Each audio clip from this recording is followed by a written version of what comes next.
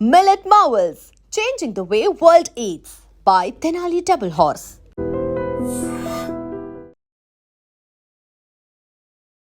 నమస్కారం, welcome to I dream. ధర్మ మార్గం విత్ విజిత కార్యక్రమానికి స్వాగతం.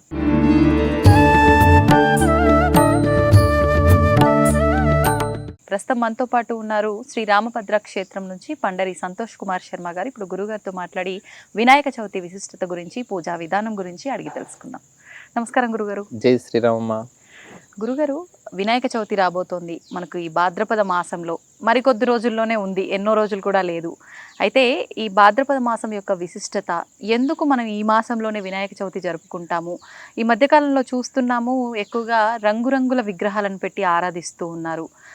అసలు మట్టి గణపతిని ఆరాధించమని మన శాస్త్రంలో ఉంది అని చెప్పంటూ ఉంటారు. అసలు ఆ రోజున మనం ఎలాంటి విధానాలు ఆచరించాలి? ఈ పూజ అంటే ఇంట్లో పెట్టుకునే వాళ్ళు ఉదయ కాలంలోనే చేయాల్సి ఉంటుందా, సాయంత్రం చేయాల్సి ఉంటుందా? ఇలాంటి విషయాలన్నీ కూడా వివరించండి.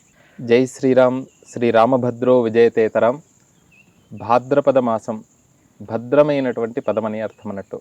అంటే భద్రం, క్షేమం అని అంటాం కదా. అవునండి.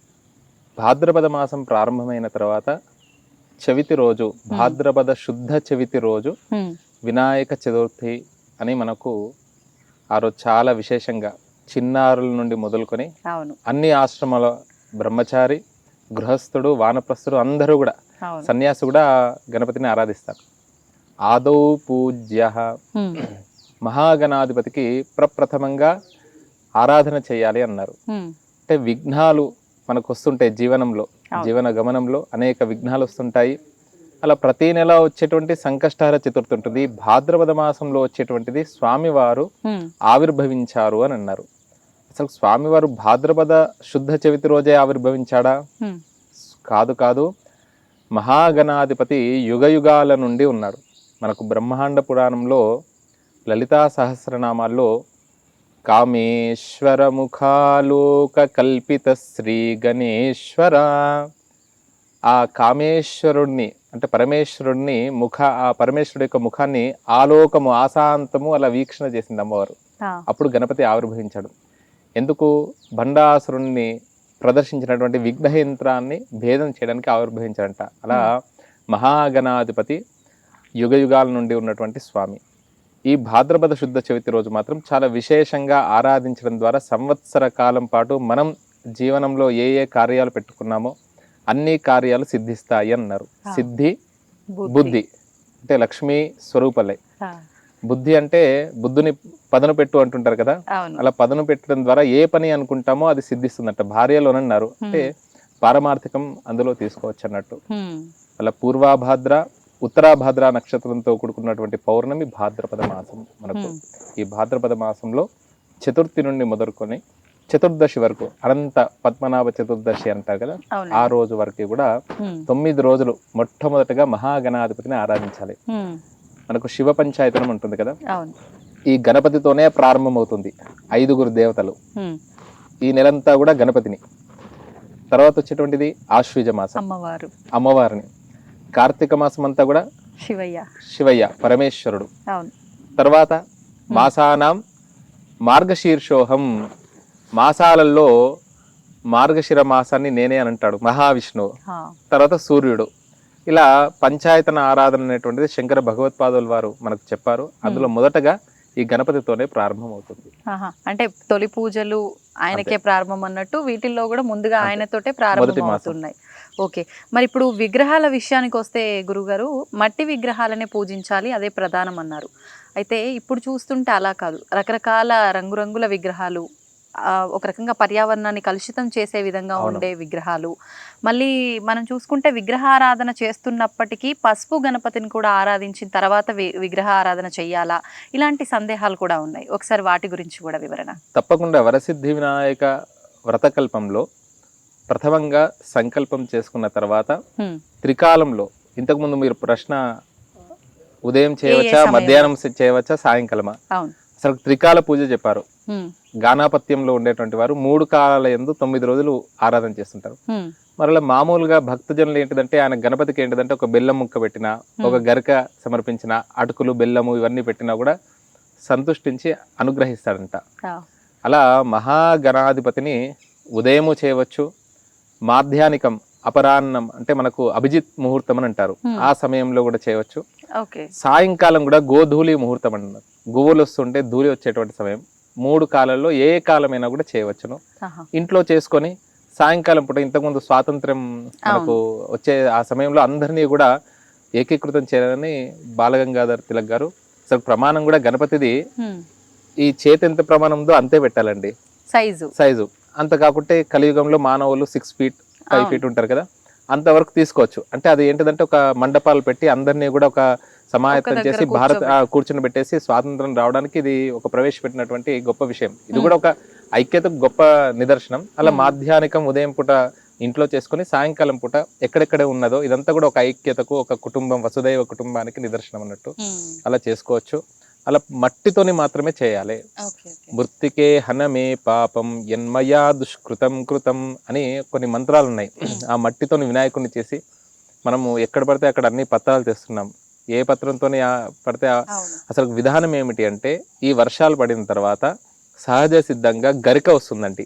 దూర్వా అంటాం. అంటే ఒకటి కాదు, 2 దూర్వా అంటే 2 విధానాలుగా మనకు 2 కొసలుగా వస్తుంది అన్నట్టు. సహస్రపరం అంతే. అంటే మనం విత్తన ఇప్పుడు గరిక ఎక్కడైనా పెరుగుతుంది, అది ఆయనకు చాలా ఇష్టం.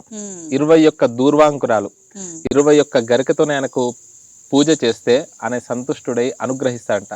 సహస్రపరమాదేవి శతమూల శతాంకుర సర్వగుం హరతు మే పాపం. మనకు అంతా బాగున్నా కూడా అప్పుడప్పుడు నాకేమైందో ఇలాంటి కొన్ని భయాలు వస్తుంటాయి. దూర్వా దుస్వప్న నాశిని. నిజంగానే అండి, ఏమీ అవసరం లేదు. ఆ దూర్వా యుగ్మాన్ని తీసుకొని 21 పత్రాలని మనకి ఏం పత్రి దొరుకుంటే ఆ దూర్వా యుగ్మాలని గణపతికి అంటే మట్టి గణపతికి పెట్టడం ద్వారా ఆయన అనుగ్రహిస్తాడంట.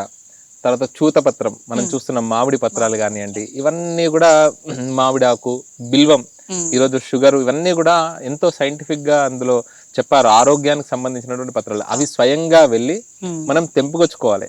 ఉదయం అంతా కూడా ఆ చెట్టు దగ్గరికి వెళ్ళి ఆ చెట్టు తత్వాన్ని, ఇంతకుముందు రావి చెట్టు దగ్గరికి వెళ్తాం, చలపత్రం అని అనుకున్నాం.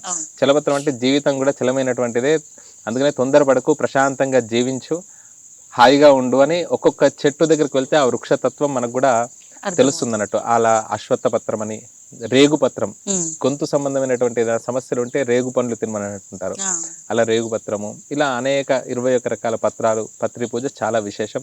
మట్టితోని మాత్రమే చేయాలి. ఎందుకంటే ఆకాశాత్ వాయు వాయోరగ్ని అగ్నేరాప ఆపః పృథివ్యాం పృథివీ ఓషధేహ ఓషధీభ్యో అన్నమని మనకు వేదంలో చెప్పిన విధానంగా ఈ మట్టి మృతి ఏదైతే ఉందో ఇది జలంలో మాత్రమే మనం నిమజ్జనోత్సవం చేయడం. అలా నీరు కూడా ఏంటిదంటే బాగా వర్షాలు పడి ఆ నీటిలో ఈ పత్రాలు ఇవన్నీ కూడా వేయడం ద్వారా నీరు శుభ్రంగా అవుతుంది అనేటువంటి ఒక విషయం కూడా. తర్వాత చెరువును తోడినట్టు అవుతుంది. మనం ఊర్లలో చెరువులు ఉంటుండే కదండి, ఆ మట్టి తీసుకుని వచ్చి ఆ మట్టితో వినాయకుడిని చేసుకోవడం చాలా విశేషం అన్నట్టు. ఓకే. అయితే గురుగారు, ఇప్పుడు ఈ నిమజ్జన విషయంలో కూడా చాలా సందేహాలు, ప్రసాదం విషయంలో చాలా సందేహాలు. అంటే వినాయకుడికి ఆవిరిపైన వండినవి మాత్రమే నివేదించాలి అంటుంటారు, కానీ రకరకాలుగా నివేదిస్తూనే ఉంటారు. మరి వాటిల్లో కూడా నియమాలు ఏమైనా పాటించాలా? సహజ సిద్ధంగా మనం ఏది ఇచ్చినా కూడా మోదకం అంటే ఇష్టం అండి గణపతికి. ముదాకరాత్త మోదకం సదా విముక్తి సాధకం. ఆ మోదకం అంటే మనకు వృత్తాకాలంలో రౌండ్గా ఉంటాయి. లడ్డూకములు ఇష్టం చాలా, ఉండ్రాళ్ళు ఇష్టము. అలా ఆవిరిపైన చేసినటువంటివి ఏది ఇచ్చినా కూడా నేను తీసుకుంటాండి. చివరికి అటుకులు, బెల్లము, చిన్నగా మిశ్రి, ఏది సహజ సిద్ధంగా పండ్లు పెట్టినా కూడా నేను తీసుకుంటాడు. ఏం చేస్తుందండి, అది నాకేమైనా వండిన పదార్థమే కావాలంటారా? గజస్వరూపం కదా. అగజానన పద్మార్కం గజానన మహర్నిశం అనేకదంతం అని. అనేకదంతం కాదండి, అనేకదం తం భక్తానాం ఏకదంతం ఉపాస్మహే. అంటే అగజానన అంటే గజము యొక్క ముఖమున్నది అంటున్నారు, గజము యొక్క ముఖము లేనటువంటిది అని అంటున్నారు. అర్థం ఏమిటి అంటే, అగ అంటే హిమవంతుడు అని అర్థం అన్నట్టు. అగ జానన అంటే హిమవంతుడి యొక్క పుత్రిక పార్వతీదేవి. పార్వతీదేవి పుత్రుడు ఎవరండి? గజాననుడు. గజాననం అహర్నిశం. ఆయనను అహర్నిశం, గజము యొక్క ముఖం కలిగినటువంటి స్వామి, నిన్ను అహర్నిశం ఎల్లవేళలా నిన్ను స్మరిస్తున్నాము. ఎవరి ముఖాన్ని చూస్తే మనకు సంతోషం కలుగుతుందో, ఎవరి ముఖాన్ని చూస్తే ఆనందం కలుగుతుందో, చిన్న పిల్లవారైనా పెద్ద గణపతిని చూస్తే ఏం చేస్తాం? ఒకసారి 2 చేతులు జోడించి నమస్కారం చేస్తాం కదా. ఏనుగులు వస్తుంటాయి, తిరుమలలో మాడవీధుల్లో చూస్తుంటాం, చూడగానే ఒకసారి ఆనందం అవుతుంది. ఆ స్వామి వారి కంటే ముందుగా వాటి దగ్గరికి వెళ్తూ ఉంటాము.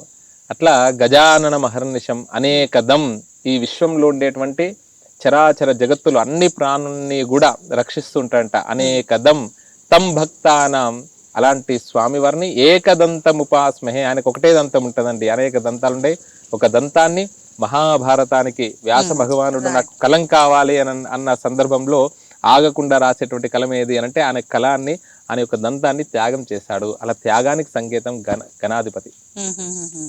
ఆ స్వామివారిని ఒక్క గం గణపతయే నమః అనే నామం చేసినా సరే, లేకపోతే 16 నామాలు ఉన్నాయి, వచ్చినటువంటి వాళ్ళు 16 నామాలు చేసినా సరే, లేదు 2 చేతులు జోడించి ఏమీ రావు స్వామి అని బింగిల్ తీసినా అన్నిటికీ కూడా ఆయన సంతృప్తి పడతాడంట, ఆనందపడతాడంట. కలౌ కపి వినాయక, కలియుగంలో ఆంజనేయ స్వామి ఇలాను, వినాయకుడు కూడా అలానే. ఉత్తర భారతదేశం వెళ్తే మీకు అక్కడ గణపత ఆంజనేయ స్వామి, ఎందుకంటే గణపతికి కూడా సింధూరం పూస్తుంటారు.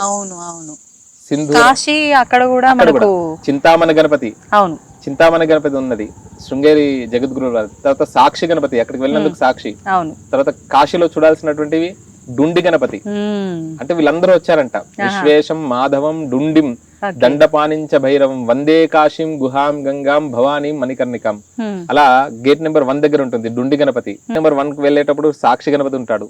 చింతామణి గణపతి కేదార్ ఘాట్ దగ్గర ఉంటాడు, కేదారేశ్వర స్వామి దేవాలయ దగ్గర. అలా అది కూడా సింధూర వర్ణంలో ఉంటుంది, సింధూరం పూసుంటుంది. ఆంజనేయ స్వామి వారికి సింధూరం ఎలా ఉంటుందో ఈ గణపతికి కూడా సింధూరం ఉంటుంది. మామూలుగా హనుమంతుడు మాత్రమే సింధూర రంగు అలా రాసి ఉంటుంది కాబట్టి చూస్తే ఎవరైనా హనుమంతుడు అనుకుంటాం, కానీ అది గణపతి. మళ్ళీ ఆ విగ్రహాలు కూడా చూడడానికి మన దగ్గర ఉన్నట్టుగా ఉండవు, అవి డిఫరెంట్ గానే ఉంటాయి, చాలా విశేషంగా ఉంటాయి. ఒక్కొక్క అనేక రకాల గణపతులు అండి, 32 గణపతులు ఉన్నాయి. అలా విజయ గణపతి, సిద్ధి గణపతి, బుద్ధి గణపతి, లక్ష్మీ గణపతి. ఆ గణపతిని ఆరాధిస్తే లక్ష్మీ కావాలనుకునే వారికి లక్ష్మీ విద్య కావాలని, అందుకని పుస్తకాలు కూడా గణపతి దగ్గర పెట్టి పూజిస్తూ ఉంటారు. ఆ రోజు వినాయక చవితి రోజు చాలా విశేషంగా అందులో ఒక 5 కథలు ప్రధానంగా చెప్తారు. అందులో ఎంతో తత్వం ఉంది, చాలా అద్భుతమైనటువంటి విధానంగా. అంటే కేవలం కథ అన్నట్టే కాదు, మాతృదేవో భవ, పితృదేవో భవ, భారతీయ సనాతన ధర్మానికి సంబంధించినటువంటి విషయాలు అందులో ఉండడం జరిగిందన్నట్టు. గణపతి ఏం చేస్తాడు, 3 ప్రదక్షిణాలు చేసుకుంటాడు కదా శివపార్వతులకు ఇద్దరికి కూడా. అందుకు నేను తల్లిదండ్రులను వదిలిపెట్టేసి నువ్వు ప్రపంచంలో ఉండేటువంటి తీర్థయాత్రలు చేసినా, నదీ స్నానం చేసినా, ఎక్కడికి వెళ్ళినా దాన ధర్మాలు చేసినా ఉపయోగం లేదు.